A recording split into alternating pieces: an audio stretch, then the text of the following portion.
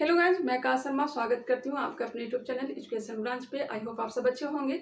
आज हम लोग देखने वाले हैं सिंधु घाटी सभ्यता। यह मेरा तीसरा वीडियो है। फर्स्ट वीडियो में देखा था प्राचीन भारतीय इतिहास के स्रोत, सेकंड वीडियो में देखा था पाषाण काल। आज इस वीडियो में रहने वाला है सिंधु घाटी सभ्यता। सिंधु घाटी सभ्यता पूरा एक ही बार नहीं आ पाया है, तो नेक्स्ट वीडियो में यह कंप्लीट हो जाएगा। चलिए इसे स्टार्ट करते हैं। पहले से काफ़ी सुधार की हूँ मैं। अगर फिर भी कहीं आप लोग को लगता है कि सुधार करने की ज़रूरत है लाइट में या फिर बोर्ड के जो लिखावट में या फिर साउंड में, तो आप लोग बेशक कमेंट कर सकते हैं। चलिए इसे स्टार्ट करते हैं। सिंधु घाटी सभ्यता के बारे में जानते हैं, हड़प्पा सभ्यता के बारे में जानते हैं।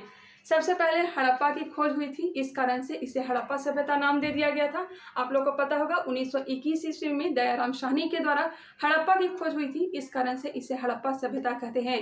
बाद में चल करके एक साल बाद ही 1922 ईस्वी में मोहनजोदड़ो की खोज हुई, जो कि सिंधु नदी के किनारे स्थित था, इस कारण से इसे सिंधु घाटी सभ्यता नाम दिया गया। और ये भी एक तथ्य है कि बहुत सारे जो नगर थे ये सिंधु नदी के किनारे स्थित थे, इस कारण से इसे सिंधु घाटी सभ्यता दिया गया है। क्लियर? दो नाम है, हड़प्पा सभ्यता और एक है सिंधु घाटी सभ्यता। एक और नाम है कांस्ययुगीन सभ्यता। कांस्ययुगीन सभ्यता क्यों कहते हैं? क्योंकि इसी सभ्यता काल में ही, इस सभ्यता काल में ही क्या खोज हुई थी? तो कांसे की खोज हुई थी, इस कारण से इसे कांस्ययुगीन सभ्यता कहा जाता है। हमने देखा था पाषाण काल में तांबे की खोज हो गई थी, तांबे के वहां पे हथियार बनाए जा रहे थे। लेकिन यहाँ पे सिंधु घाटी सभ्यता में हम लोग जानेंगे कांस्ययुगीन के बारे में, कांस्ययुगीन सभ्यता से रिलेटेड सिंधु घाटी सभ्यता को जानेंगे। चलिए इसे स्टार्ट करते हैं। सिंधु घाटी सभ्यता जो काल है, समय काल है, यह कब से कब तक है? तो यह 2500 से लेकर के 1750 ईसा पूर्व का काल जो है यह सिंधु घाटी सभ्यता का काल है। कब से कब तक? तो 2500 से लेकर के 1750 ईसा पूर्व का काल क्या कहलाता है? तो सिंधु घाटी सभ्यता का काल कहलाता है। क्लियर? सिंधु घाटी सभ्यता का जानकारी किसने दिया था? तो जानकारी देने का काम किया था, मैसेज देने का काम किया था कौन? तो चार्ल्स मैसन ने। चार्ल्स मैसन, मैसेंजर, मैसेंजर मतलब जानकारी देने वाला, और क्या हो जाएगा यहाँ पे? चार्ल्स मैसन। क्लियर? जानकारी देने वाला कौन थे? तो चार्ल्स मैसन थे। क्लियर? नेक्स्ट है सिंधु घाटी सभ्यता का नामकरण किसने किया था? तो सिंधु घाटी सभ्यता का नामकरण किया है जॉन मार्शल। और जॉन मार्शल के नेतृत्व में 1921 ईस्वी में हड़प्पा सभ्यता की खुदाई की गई थी दयाराम साहनी के द्वारा, जानते ही होंगे। आगे बढ़ते हैं। सिंधु घाटी सभ्यता का सर्वेक्षण किसने किया था? तो कनिंघम ने। सिंधु घाटी सभ्यता का सर्वेक्षण किसने किया था? तो कनिंघम ने किया था। सिंधु घाटी सभ्यता का आकार कैसा है? तो यह त्रिभुजाकार है। कहीं कहीं चतुष्कोणीय भी दिया हुआ रहता है, कहीं त्रिभुजाकार। ऑप्शन के अनुसार आप लोग टिक करिएगा। चलिए आगे बढ़ते हैं। किस तरह से त्रिभुजाकार है और किस तरह से चतुष्कोणीय है, आगे हम लोग मैप में देखेंगे। इसका जो क्षेत्रफल है सिंधु घाटी सभ्यता का, तो इसका जो क्षेत्रफल लगभग 13 लाख वर्ग किलोमीटर है। 13 लाख वर्ग किलोमीटर इसका क्षेत्रफल है। यहाँ के जो मूल निवासी थे यह द्रविड़ और भूमध्य सागरीय थे। यहाँ के जो मूल निवासी थे यह द्रविड़ और भूमध्य सागरीय थे। क्लियर? सिंधु घाटी सभ्यता का जो नाम मिला है मेसोपोटामिया के अभिलेख में, वहाँ क्या मिला है? तो वह नाम मिला है मेलुहा। मेलुहा के नाम से हड़प्पा सभ्यता को जाना जाता था। मेसोपोटामिया के अभिलेख में ऐसा लिखा गया है। नेक्स्ट है, इसे कांस्ययुगीन सभ्यता कहा जाता है, अभी हमने बताया। और नेक्स्ट है, यह विश्व की पहली नगरीय सभ्यता थी। अभी हमने क्या क्या देखा? तो सिंधु घाटी सभ्यता 2500 से लेकर के 1750 ईसा पूर्व का जो काल है यह सिंधु घाटी सभ्यता कहलाता है। आगे हमने जाना इसका जानकारी किसने दिया है? तो चार्ल्स मैसन ने। नामकरण किसने किया? तो जॉन मार्शल ने। सर्वेक्षण कौन थे किए थे? तो यह कनिंघम ने। आकार कैसा था? तो त्रिभुजाकार था। आकार इसका कैसा? तो त्रिभुजाकार। क्षेत्रफल 13 लाख वर्ग किलोमीटर में फैला हुआ था। यहाँ के मूल निवासी द्रविड़ और भूमध्य सागरीय थे। मेसोपोटामिया के अभिलेख में इसका नाम मेलुहा मिला है। क्या नाम मिला है? मेलुहा नाम मिला है। यह जो है कांस्ययुगीन सभ्यता थी और यह पहली नगरीय सभ्यता थी। क्लियर? अब हम लोग जानेंगे इसके विस्तार के बारे में, आखिर इसका विस्तार कहाँ कहाँ था। शायद आप लोग को मैप में दिख रहा होगा। चलिए इसे स्टार्ट करते हैं। अभी हमने बताया कि सिंधु घाटी सभ्यता का जो विस्तार था, क्षेत्रफल जो है यह 13 लाख वर्ग किलोमीटर में फैला हुआ था। अगर बात की जाए उत्तर में, उत्तर में मांडा तक फैला हुआ था। मांडा कहाँ है? तो यह जम्मू कश्मीर में है। उत्तर में बात की जाए तो यह जम्मू कश्मीर में। दक्षिण में महाराष्ट्र तक फैला हुआ था। उत्तर में जम्मू कश्मीर और दक्षिण में महाराष्ट्र तक फैला हुआ था। पूर्व की बात की जाए तो पूर्व में यूपी तक फैला हुआ था। पूर्व में कहाँ तक फैला हुआ था? तो यूपी तक फैला हुआ था। और पश्चिम में अगर बात की जाए तो पश्चिम में फैला हुआ था सुत कांगेर डोर तक। क्लियर? बलूचिस्तान प्रांत तक फैला हुआ था। एक बार फिर से जानते हैं। उत्तर जम्मू कश्मीर, दक्षिण महाराष्ट्र, पूर्व उत्तर प्रदेश, पूर्व में उत्तर प्रदेश और पश्चिम में बलूचिस्तान। क्लियर? जम्मू कश्मीर का जो स्थान है यह मांडा तक फैला हुआ था। कहाँ तक, मांडा तक फैला हुआ था। मांडा कहाँ है, तो जम्मू कश्मीर में है। नेक्स्ट है दैमाबाद जो कि महाराष्ट्र में है। और नेक्स्ट हमने बताया पूरब में आलमगीरपुर, आलमगीरपुर कहाँ है, तो यह यूपी में है। और पश्चिम की बात की है तो सुतकांगेडोर जो कि बलूचिस्तान प्रांत पाकिस्तान में है। क्लियर, कंफ्यूज ना होइएगा, आराम से देखते जाइएगा। मांडा जो है यह चिनाब नदी के किनारे, मांडा भी कहाँ है, तो जम्मू कश्मीर में। और यह किस नदी के किनारे है, तो चिनाब नदी के किनारे है। चिनाब किसकी सहायक नदी है, तो सिंधु नदी की सहायक नदी है। क्लियर। नेक्स्ट है आलमगीरपुर, आलमगीरपुर यूपी में है। और यह किस नदी के किनारे है, तो हिंडन नदी के किनारे है। हिंडन नदी यमुना नदी की सहायक नदी है। हिंडन नदी किसकी सहायक नदी है, तो हो जाएगा यमुना की सहायक नदी, यमुना की सहायक नदी है। आगे बढ़ते हैं, अब जानते हैं दैमाबाद। दैमाबाद जो है यह महाराष्ट्र में है और यह परवरा नदी के किनारे है। परवरा नदी जो है यह गोदावरी की सहायक नदी है। किसकी है, गोदावरी की सहायक नदी है। और सुतकांगेडोर जो है यह बलूचिस्तान प्रांत पाकिस्तान में है और यह दास्क नदी के किनारे है।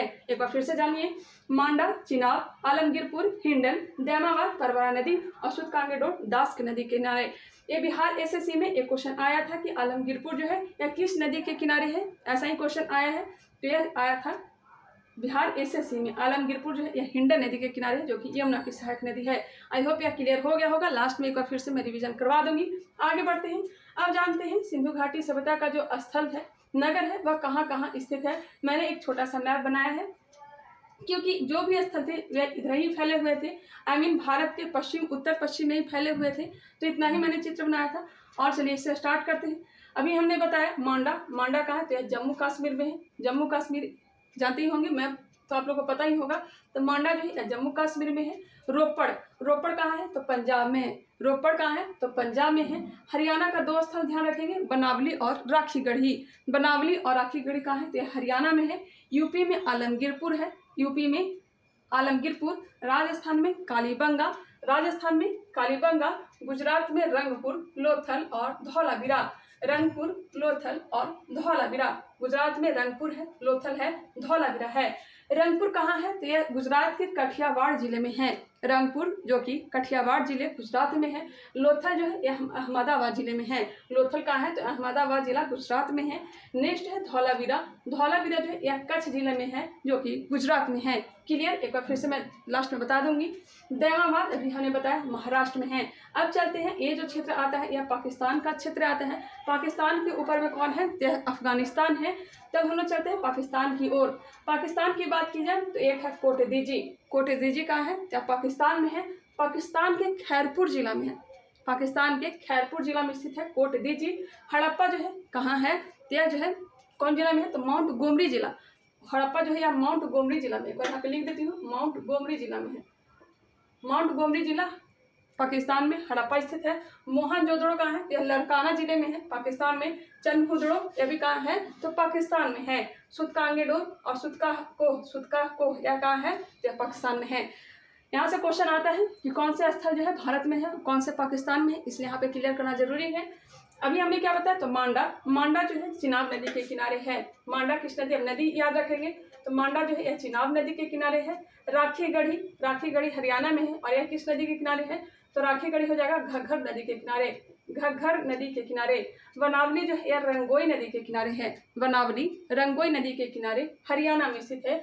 और आलमगीरपुर अभी हमने बताया हिंडन नदी के किनारे, आलमगीरपुर हिंडन नदी के किनारे है। दैमाबाद परवरा नदी के किनारे, परवरा नदी के किनारे जो कि गोदावरी की सहायक नदी है, महाराष्ट्र में स्थित है। धौलावीरा, धौलावीरा जो है यह किस नदी के किनारे है, तो यह हो जाएगा लूनी नदी के किनारे, लूनी नदी के किनारे है धौलावीरा। इसे कोटडा टिम्बा भी कहा जाता है। एक न्यू क्वेश्चन आया है, क्या कोटडा टिम्बा किसे कहा जाता है, किस स्थल को कहा जाता है, तो धौलावीरा को कहा जाता है। धौलावीरा को क्या कहता है, कोटडा टिब्बा कहा जाता है।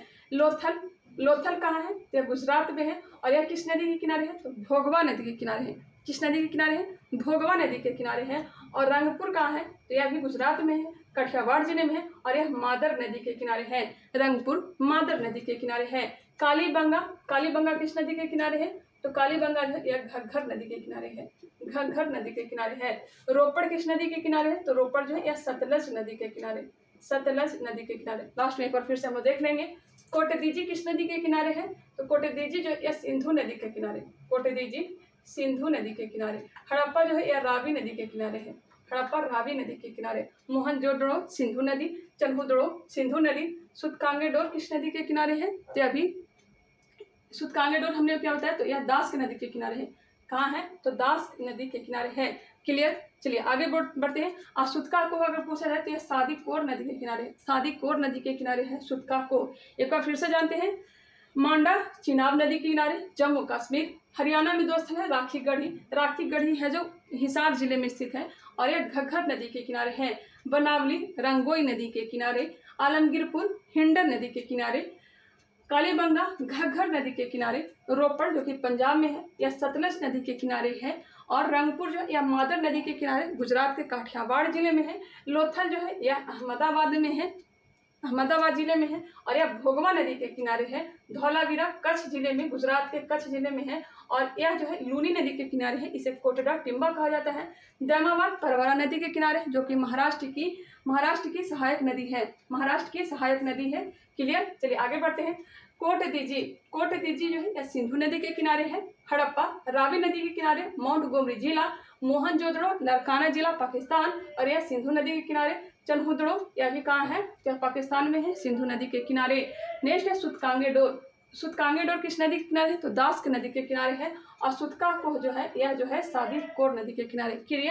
क्लियर हो गया होगा। स्थान जान गए होंगे कहाँ स्थित है और यह किस नदी के किनारे स्थित है, उसे हमने देखा। अब हम लोग जानेंगे उत्खननकर्ता कौन कौन है। उत्खननकर्ता को याद करेंगे, उसके बाद कुछ पॉइंट दिए हैं उसे हम लोग देखेंगे, और भी इसका डिटेल जो है जैसे कि हड़प्पा सभ्यता से क्या क्या प्राप्त हुए हैं, किस किस चीज़ के साथ प्राप्त हुए हैं, नेक्स्ट वीडियो में देखेंगे। चलिए आगे बढ़ते हैं, इसके उत्खननकर्ता को जानते हैं। हड़प्पा का भी हमने बताया 1921 ईस्वी में। इसके उत्खननकर्ता कौन थे?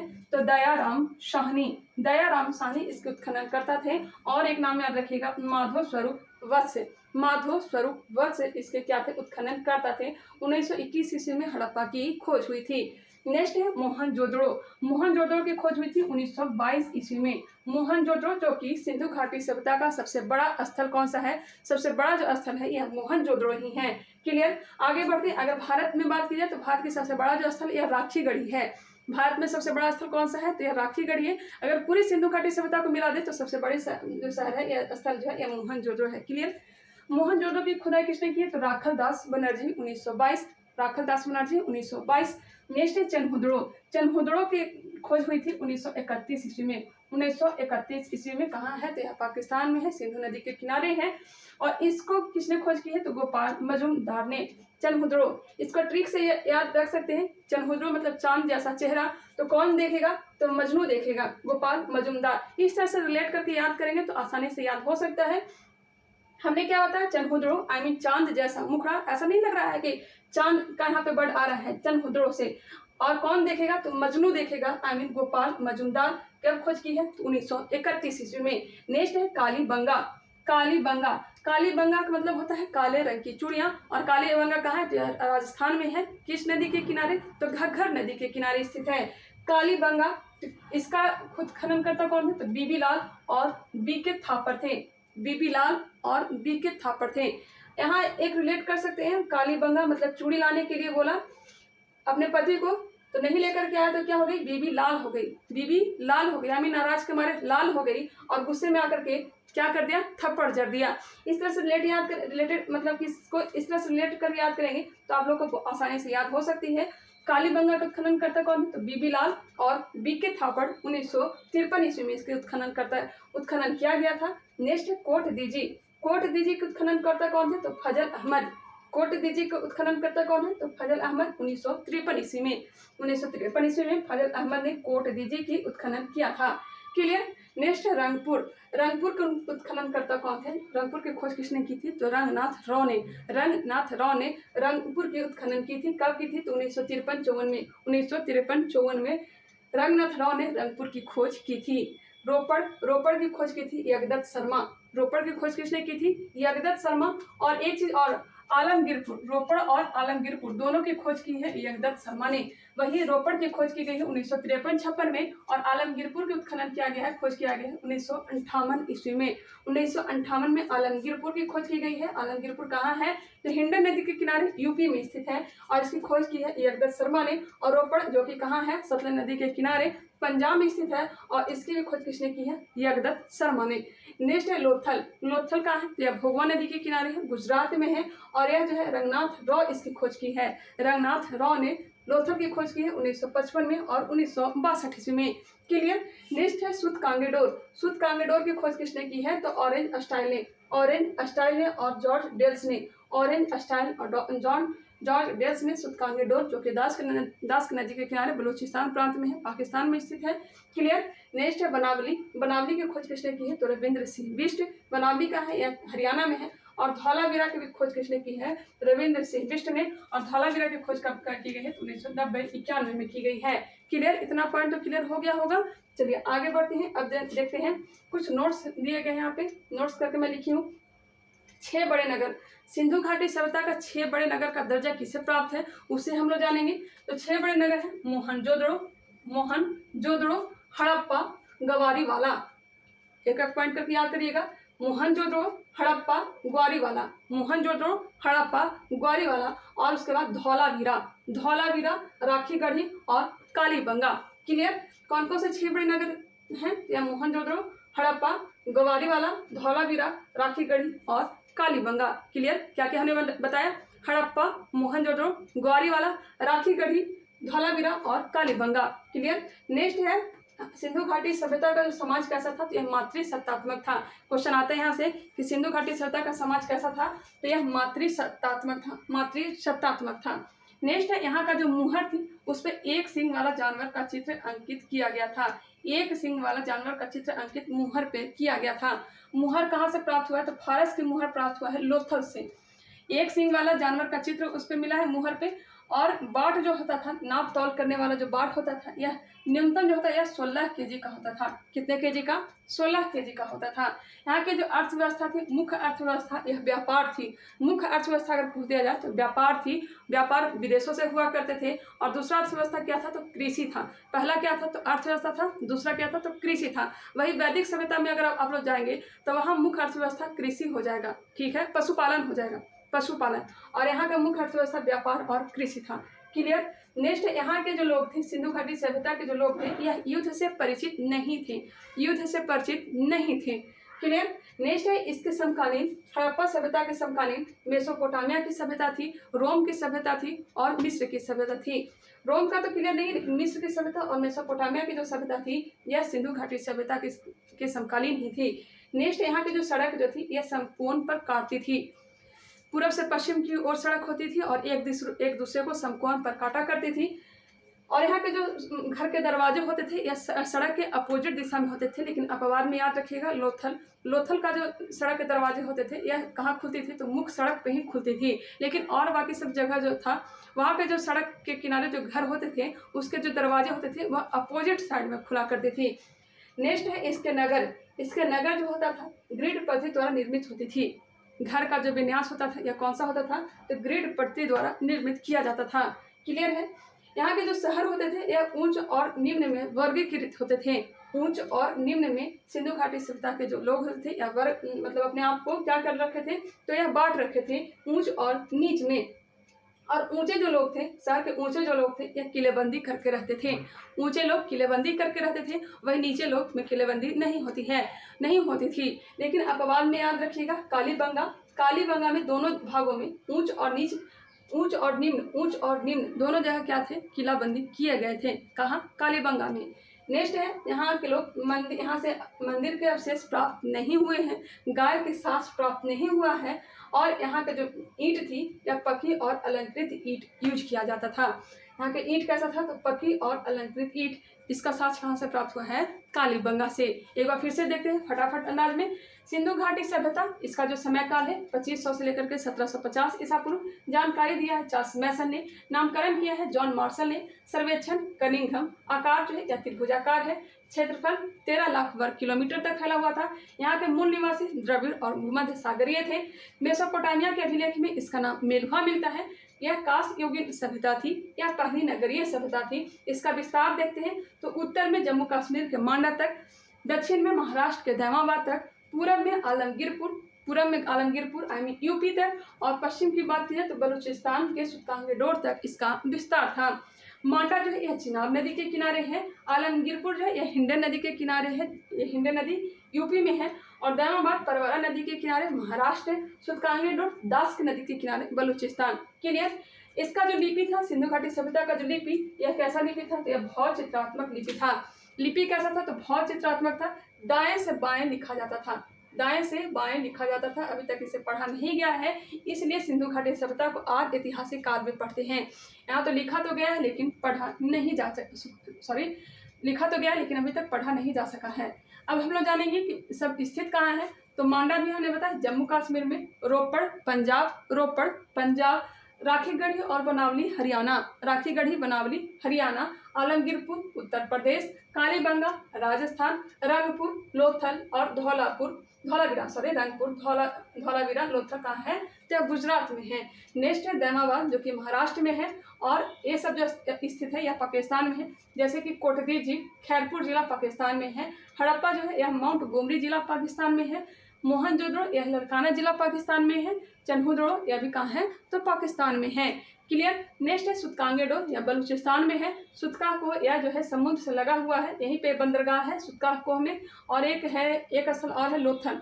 सुतकाकोह और लोथल ये दो जगह क्या है? बंदरगाह स्थित है। क्लियर। अब हम लोग जानते हैं नदी के बारे में। मांडा जो है चिनाब नदी के किनारे, राखीगढ़ी घग्गर नदी के किनारे, बनावली रंगोई नदी के किनारे, रोपड़ सतलज नदी के किनारे, आलमगीरपुर हिंडन नदी के किनारे, धौलावीरा लूनी नदी के किनारे कच्छ जिला में है, लोथल अहमदाबाद जिले में, भोगवा नदी के किनारे, रंगपुर मादर नदी के किनारे, दैमाबाद परवरा नदी के किनारे, कोटदीजी सिंधु नदी के किनारे, हड़प्पा रावी नदी के किनारे, मोहनजोदड़ो सिंधु नदी के किनारे, चन्हुदड़ो भी कहाँ है? सिंधु नदी के किनारे।